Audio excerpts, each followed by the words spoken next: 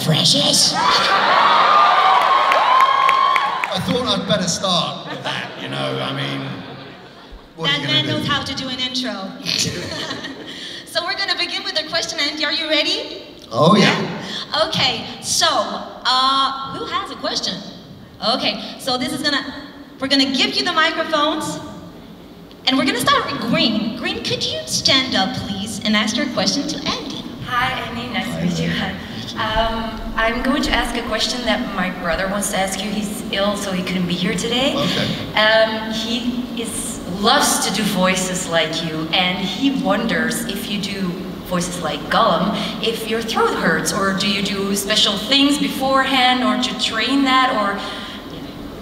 Yeah, I mean, you know, when you're building a voice for a character like that, you kind of find ways of doing it so that when you know you're going to be doing it for a long period of time, you know, when I started doing it, it was incredibly hard work and painful, but then you find ways of placing it in your throat, or you know, where you place it in your head or your chest, or you know, and then also always doing like a vocal warm up. Yes.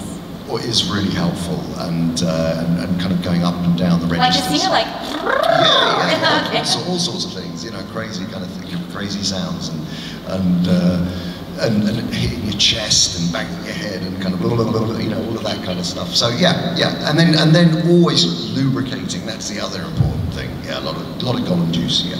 Okay, thank you. Thank you. Let's go to microphone Pink. Where's microphone Pink? Could you stand up, please, so that we can see you? Hello. Hi. Speak into the microphone. Oh.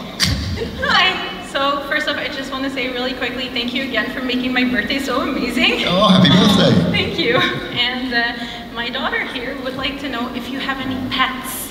Any pets? Yes. We do have pets, yeah. In fact, my wife Lorraine's here as well. We have two cats. A dog. We have two cats. One called Dilly and one called Ted. Delilah is her long name. She's Ted's mum. She is very sleek, and she's black, and she crawls around, and she's very, you know. And Ted is the opposite. He's quite lumpy and very lazy, and eats all his mum's food. And then they kind of cuddle up to each other, and then they have a really big fight, like within seconds. So yeah, they're our pets. However, I'll give you, and you may know this story, but funnily enough, when I first started playing Gollum, I was looking for inspiration from an animal to find the voice for Gollum, and we had another cat beforehand called Diz, and he coughed up a furball in front of me as I was preparing to try and find a voice for Gollum, and it was that sound that actually gave me the inspiration for Gollum's voice. So, like for instance, he started going, and that became, that's how it sort of came about. How lovely, your cat was kind of your muse. Exactly. Thank you for the question. Let's get on with the next one. Green, where is the green? Thank you. Here. So really nice to see you. I'm wondering if you have a favorite scene from Lord of the Rings. Well, obviously the scene where the kind of the breakout scene for Smeagol when he starts to realise that he's being owned by Gollum, and the war that starts between them, that two-hander scene, that was a very crucial kind of big turning point in the journey of the character, and we worked on that scene very thoroughly in many different ways. I shot it on the motion capture stage, and then we also shot it on the actual location on the film set, and it kind of gradually was the defining moment of the two different versions of the voice for Smeagol and Gollum. So that was I think the one that has meant most to me in a way, because it was a kind of crystallization of the two parts of his psyche.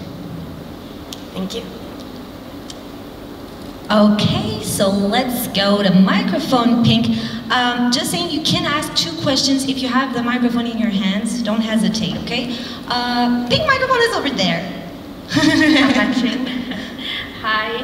Thank you so much for coming to Belgium. I've been waiting years for you to come, and I'm happy you finally made it. So you are actually a bit of a pioneer in motion capture and stuff with Lord of the Rings. And I was wondering, because the last years you've played more yourself as an actor in like Black Panther and then in the Batman, what do you prefer doing? Do you prefer do motion capture, or do you prefer to play yourself as an actor? You know, the fact of the matter is I don't really think of them as any different from each other because I started life as an actor in theatre, so you know, I've always played characters on stage as you know, as myself, obviously, going back into the 1980s.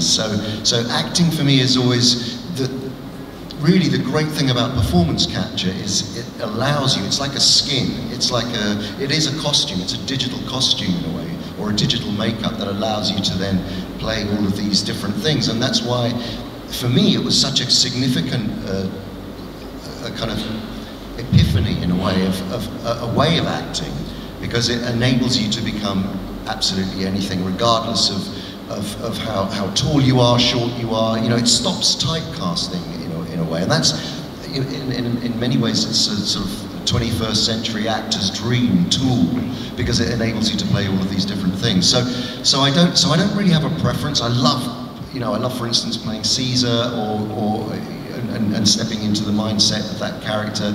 Equally, Ulysses Claw or any of the other live action characters that I played. So yeah, I think when actors ask me about this, I always say, you're not doing really anything different. You're just embodying the soul, the physicality, and the life of the character that you play.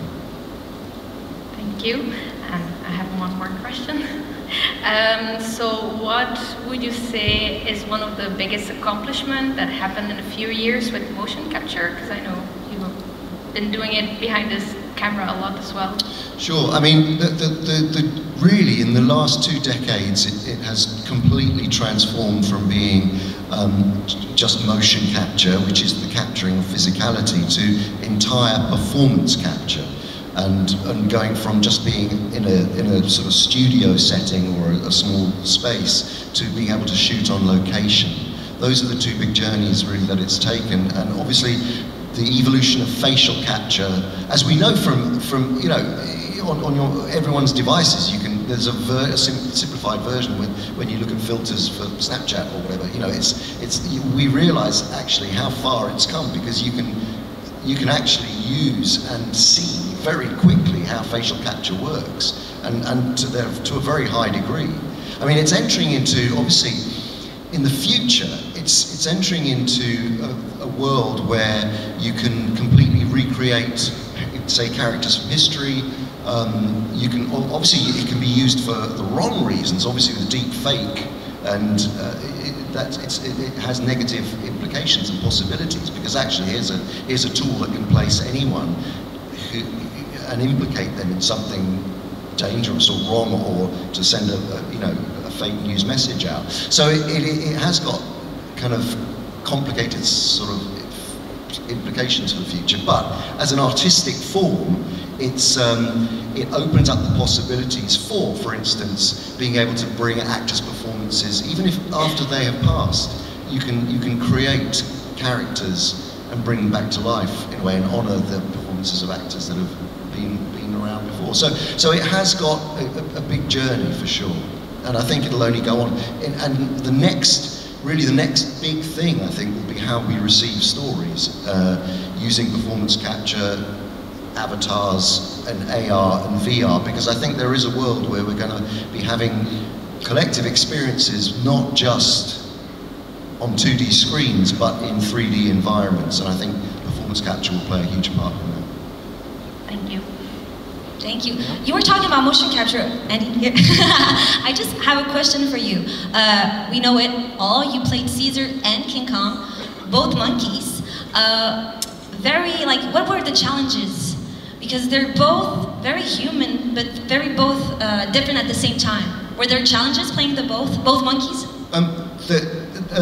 Yeah, I mean, the thing is, King Kong was very much, we decided, was, you know, through Peter Jackson and Fran Walsh and I decided that we wanted to make Kong as gorilla-like as possible. So I based the physicality entirely in that of a silverback gorilla, and went to Rwanda and spent time looking at gorillas in the wild there, and then also in captivity, specifically to look at, we didn't want to anthropomorphize him too much, although his facial expressions, and this is true, you know, facial expressions, for instance, if apes are brought up in captivity, they do reflect human facial expressions more, because they're surrounded by people, you know, by people literally all day long, watching them in zoos or their keepers. So their facial expressions are very, very different to mountain gorillas, for instance, or gorillas in the wild, who are a lot stiller, and you can tell the energies are completely different. Yeah, they're different. Yeah, and then with chimpanzees, obviously, which was the basis for the Apes movies, that was a different challenge because Caesar was going to go through a transformative journey, which is started by the taking of the ALZ drug, which, you know, obviously wipes humans out, but gives apes enhanced intelligence and increases their ability to transform into a more human-like being. So I actually based Caesar on another living example of an ape who was known as Oliver, and in the 70s he was known as the humanzee because people believed he could possibly be half human and half ape. Because I was going to have to take Caesar and take him from birth, and as a young chimpanzee gradually become more human-like. And so that chimpanzee Oliver, who actually in the 70s had a lot of experiments done, DNA experiments, to see if it was possible that he could be the progeny of man and ape. And that was a possibility, you know, so he had a lot of scientific tests performed on him.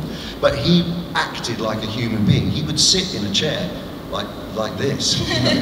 He would sit, and his facial expressions were incredibly human. So it was two very, very different Very journeys. different, but still human. Like they have both emotions. They're both. Well, yes, absolutely. And Caesar's emotional range becomes expressively more human as he progresses. Okay, thank you for your answer, Andy. Yeah, I'm sorry, I get to ask questions as well.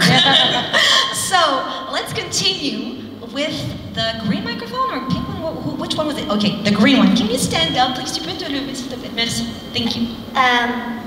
What was your favorite act in movies? My favorite, well, the favorite part that I played.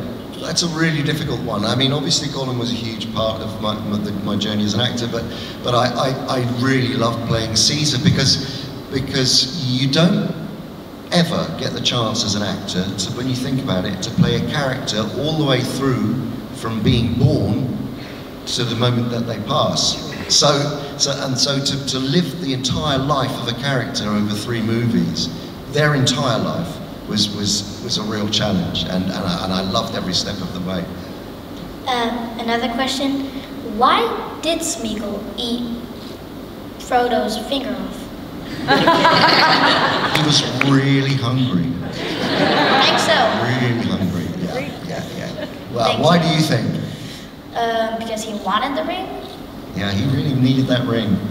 Yeah, he kind of really needed that ring at that moment. Yes, thank you. Thank you for your questions. Pink microphone is just over there. Hi there. To meet you. I have thousands of questions, so I only pick 2. First of all, I'm wondering, you and Terry Notary, sorry for the pronunciation, Yeah, Terry. You've worked together quite a lot of times. Sure.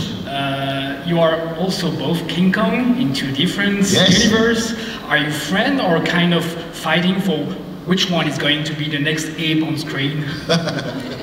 I think both of us have perhaps reached a point where we've aped out a bit. I mean, what Terry did for the new King Kong movies was incredible. I mean, he's the most amazing performer, great teacher. He's the most generous-spirited man, and really understands how to connect the body to for actors and to pass that knowledge on. And his knowledge and skill on all of the Apes movies was invaluable. He comes from a gymnastics background as well. He was with Cirque du Soleil, and he's supremely talented in all of those areas, and he's a great performer. I don't think that. Well, I can't see a role that we'll be battling each other for at the moment, but I don't know. I guess there could be. Well, let's see. Thank you. And my second question is, for over a decade, you've mostly played in like big blockbusters, American blockbuster. Is there any plan for you to coming back to more small English film, like The Cottage, for example, that I really loved? I'm amazed that it's really weird. In the last 2 days, 2 people have talked about The Cottage, which is a small British comedy horror film which I did with Reece Shearsmith and a director called Paul Andrew Williams about 15 years ago, I guess. And no, I mean, to answer your question, I'm spending more time, I suppose, at the moment directing. And the scale of movies that I'd like to work in more are slightly more auteur-driven, stories. I love big. Don't get me wrong. I love the big canvas of the Marvel Cinematic Universe and so on. But I'm focusing more on certainly from a directorial point of view on the sorts of films that you're talking about. But the fact of the matter is, great scripts turn up out of the blue, and so if it doesn't really matter what scale they're at. If it's a good character and a good story, then that's appealing. So we'll see. Thank you very much. Thank you. Okay, so let's go to microphone green. Where is microphone green? Can you stand up? Okay, there she is. You can ask your question. Hi, I'm Ariel, and I first want to tell you that I really like all your work. And my question is, my dream is also to be an actress, and I think that's a dream for a lot of people. So do you maybe have some advice for us how to step into this industry? Yeah, there's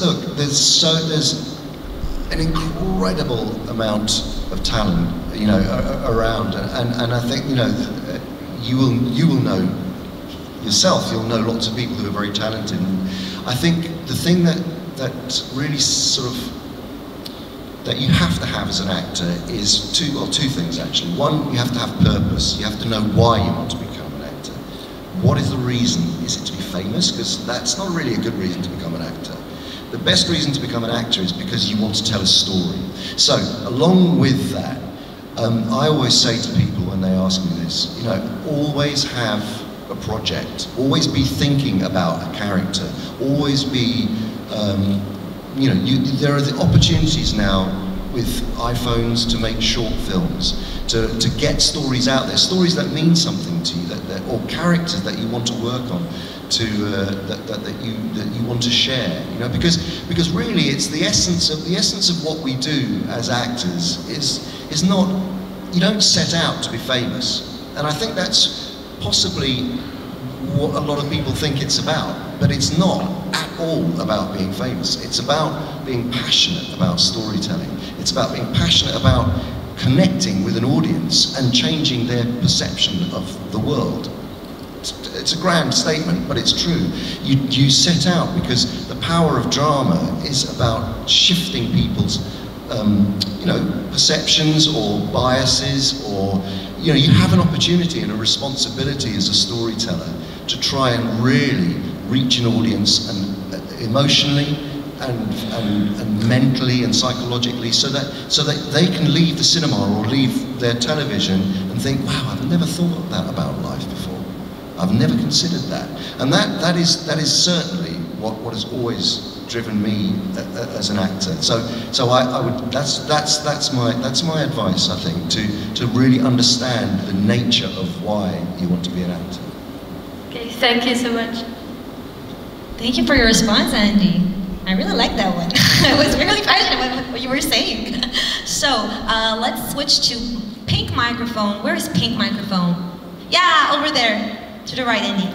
Ah. So I really liked what you guys did with the Tintin movie, and I was wondering if you were familiar with the comics before doing the movie? Oh yeah, I actually, my father he's passed, but he was Iraqi and lived in Baghdad, and my memories of Tintin really started from my early childhood, when we used to go and visit him in Baghdad. We used to spend the whole of the summer holidays there. So, and I remember reading lots of the Tintin books there. So I was really familiar. And also, it was at the same time I was reading Obelisk and Asterix and Obelisk. So those two comics were the graphic novels were really part of my childhood. So I was thrilled to finally get the opportunity, decades later, to get the opportunity to play Captain Haddock, and especially with Peter Jackson, who's always been a lifelong Tintin fan. That's all I want to say, so move on to the next one. Okay. Thank you. I have a question, Andy. Who would you not fight? Who would you rather not fight? Captain Haddock or Gollum? Who would I not fight? Wow. Captain Haddock or Gollum? Which one would you not fight? I would definitely not fight Captain Haddock, actually. I thought you were going to say that. Yeah, because he's, like, when he gets going, he's out of control. Yeah. And Gollum's quite out of control, but... Sacre bleu! Okay, next question is over there. Is it green or pink? Oh, okay. We're gonna start with pink. We're getting back to you in just a couple of seconds, okay? Pink, ask your question. Hello. Hi. So my question is there some animal, monster, some concept that you'd like to try, that you really think this could be interesting, that you didn't have the chance yet to play? Yeah, I mean, look, I'll tell you what I'm working on at the moment, which is sort of partially in answer to your question. So at the moment I'm working on George Orwell's Animal Farm, which is a project that I've had, or we've been developing for about 12 years, and finally we're in a position to, we're making the film, we're in the process of making the film. So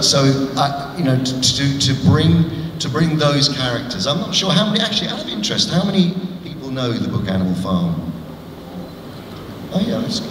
That's good. Okay, so I hope you'll turn up to see it when it's made. And all the rest of you'll have to read it in between now and then. But it's a great, great book. But the characters in that book are fantastic, and they're very, again, it's a slightly different take. Where, for instance, apes and King Kong, you're really leaning into the physicality of understanding these creatures and not over-humanizing them. It's slightly different with Animal Farm because, in a sense, they represent human beings. And so the conscious choices that you make are slightly different in terms of how they will be portrayed, how they sound. They're the most kind of human sounding. There's no attempt to make them sound animal-like in some way, like with the apes when they speak their, and sign language and then sort of broken up speech. With this, they're speaking very much like human beings. So the challenge of bringing all of those characters to life is very enjoyable, and what I'm doing at the moment. Okay, I have another quick question. Sure. So I was 13 when this very awesome movie came out, 13 going on 30. And well, now I'm 30 and there's no 40 going on 30, so I want to know, because I don't have a movie to guide me, what is your advice for people in their 30s? Wow. It's so long ago, I can't really remember what it's like. I think it's interesting that 30, it seems such a kind of, it's the first time in your life where you think, oh no, I'm properly adult now, I better go and move on with things. I better actually make some decisions. I think, look, you're only as young or old as you feel and think about life. And so age really is pretty irrelevant to me. And actually, as I get older, I increasingly think that's true. And you know, I hope. I mean, your body starts to fall apart a bit, but apart from that, kind of mentally, you really are. You know, what age you want to be, and we live in a society, in a world, where actually age is becoming really irrelevant, because you see people in the 70s and their 80s, you know, we expect to live that long at least, you know, we expect to have long lives. And I think, therefore, I think 30 really feels quite like, well, you know, you're just beginning, really, you know. So I wouldn't stress about anything. I'd say to people who are just 30 or 30, you know, to carry on and enjoy the freedom of youth. Thank you. Okay, so Green, you can stand up right now. Wait. You can go. Hello. Go. Is it working? Yeah, I think. Okay. So like, as King Kong, you have to wear those things on your face. So how did it feel like wearing them? Well, when I started out playing King Kong, it was the first time that this facial capture thing was really being used in a big way. And at that time, they had to stick, I remember the first day in makeup, I had to stick 132 little spherical reflective markers on my face, 132. Makeup took about, I don't know, 3 hours. And they were all placed at very, very sort of specific points on my face.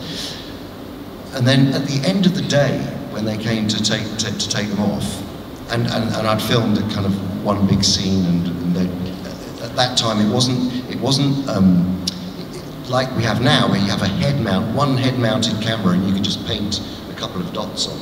This was, like I say, 132. But at the end of the first day, we all tried to take them off as quickly as possible. All the makeup team tried to take them off as quickly as possible, and they picked them off really quickly. We were flicking them off my face, getting them all off, and then we realised that the glue had pulled off skin from every single one of them. And I had 132 red spots all over my face. So I had to go out that evening, and I'm like, hello everybody, just ignore the red dots, you know. So that was so it wasn't, so wearing them actually didn't affect me at all. You kind of get used to anything, you know. If sometimes when you're wearing makeup, you're wearing prosthetic makeup and big layers of mask, kind of rubber stuck to your face. So you get used to all of that stuff as an actor. But I'll never forget the evening after having it on for the first time. Okay, yeah. Wait, but I also have another question. Go for it. So, as an actor, you usually always have a camera pointing at you. Like every day, there's a camera pointing at you. What was it like having a camera pointing at you almost every day, I guess? Well, you kind of get used to it. I mean, are you talking about like a motion capture, like a head-mounted camera? Or are you talking about just cameras generally? Like the ones they use for filming. Yeah, film cameras, yeah. Well, you know, that's what you get used to as an actor. You understand how to create a character, and the thing is that a lot of people perhaps don't understand is that a lot of filming is waiting around to do a shot. So you spend a lot of time sitting around while the cameras are actually being put up to do all the different shots. But then you get used to, if a camera's very close to you, you know it's a close-up pretty much. If a camera's quite far away from you, that's called a wide shot. And a wide shot or an establishing shot would be like, if I was taking an image of you guys, you know, that's a wide shot. So you're kind of aware of how your performance is with the camera. So if the camera's here, you're not going to be moving your head around all over the place. You're going to be quite still. But on a wide shot, you need to make it feel like your character is alive. And if you didn't do anything, it would be like, it wouldn't be much to look at. So you kind of have to be aware of where the camera is, and that's part of the skill of an actor. Part of the skill is understanding how to adjust your performance to where the camera is placed. Thank you. It's a pleasure. Okay, let's go on to the next question. Pink microphone. Where is the pink microphone? Let's go. Hi, Andy. Hello. Welcome to Belgium. Thank you. I just was wondering if you could share a funny incident or a memorable anecdote from when you were shooting the Lord of the Rings series, maybe with your co-stars, something behind the scenes that we maybe haven't heard of yet. I'm sure. Let's think. Yeah, I remember. So in the very early stages of Lord of the Rings, they were shooting a lot of the Fellowship, and of course Gollum doesn't come until a little bit later. So when I arrived in New Zealand, I spent an enormous amount of time on my own working on the character and of Gollum, and I went through so many stages of sort of kind of research and working out the voice and the physicality, and I spent a lot of time crawling about on all fours. And I remember going. There's a beach in Wellington called Breaker Bay, and in Breaker Bay, a lot of people take their dogs walks, but I decided to go out in character as Gollum, and I was trying to figure out how he moves over rocks, and so I must have been crawling for about, I don't know, maybe an hour and a half to 2 hours of just trying to stay in character.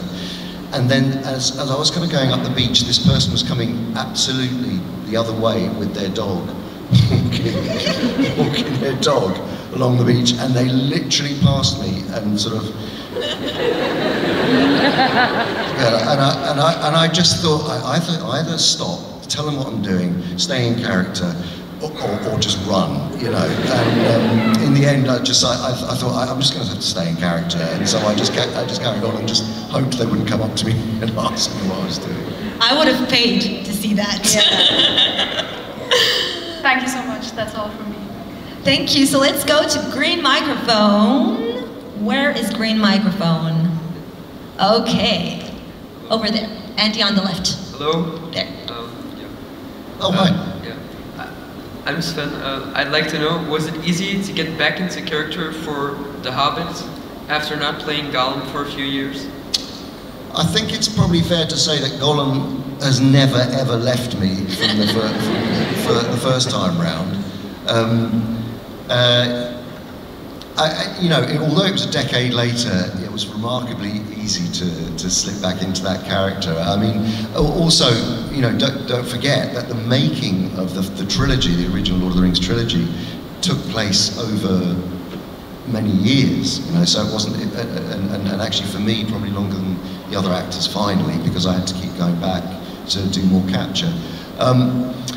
So it wasn't ever, you know, it felt very, very easy, and he was inside my bones, and to a certain extent, if I had to play him now, which is another 10 years on, I could probably do it. Well, I'm not going to do it right now, obviously. And then I also have a question from my friend. Do you and Gollum have any similarities? And the next question.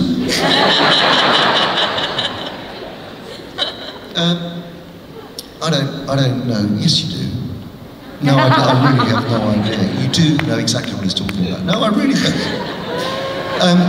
I think, yes, you know, the thing is, he's such a flawed character, and I probably think, you know, I probably associate with that. We're all flawed, and I think that was one of the beautiful things about the character is that although, you know, it's easy to judge characters like that. You know, my job was to give that character empathy, and I think. You know, we live in a world, especially the cancel culture that's going on at the moment, of black and white. We live in that world. People are either brilliant or they're terrible, or they're good, or you know, there's no sort of midpoint. And I think that was, I think the grey areas of a character are the interesting areas, and I think I've got a lot of grey areas. Thank you, Andy. So, going on next is pink microphone over there on the right. Just saying, guys, we're beginning to, like, we're beginning to oh, sorry, I lost my English. We're arriving at the end of the questions. So if you have questions, these are going to be the last ones, okay? There you go. So, pink one. Hi. Hi, Andy, good afternoon. You said before that acting is about storytelling and bringing emotions. So I would like to know, what is your favorite movie and why? What is my favorite movie? Golly, that's so difficult because different movies have affected me in so many different ways and brought out different emotions for me. One of my favorite movies, actually, is, I don't know if you know the film The Piano. Yeah.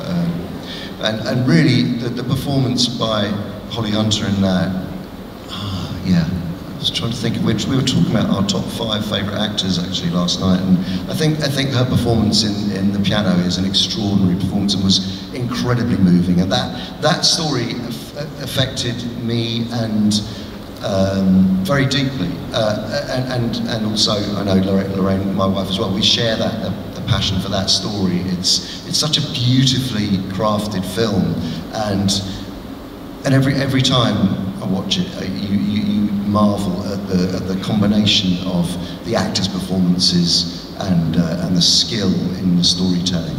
So I think that's definitely up there for sure. Thank you. Okay, going on to microphone green. Where's microphone green? Oh, hi Andy, thank you for being here. I have 2 questions.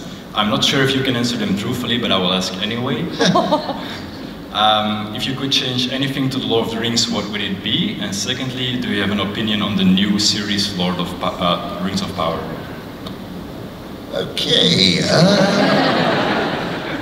No, look, I wouldn't change a frame of the Lord of the Rings trilogy because they are extraordinary movies, and you know what Peter, Fran, and Philippa did with those films is, you know, they're hard to beat.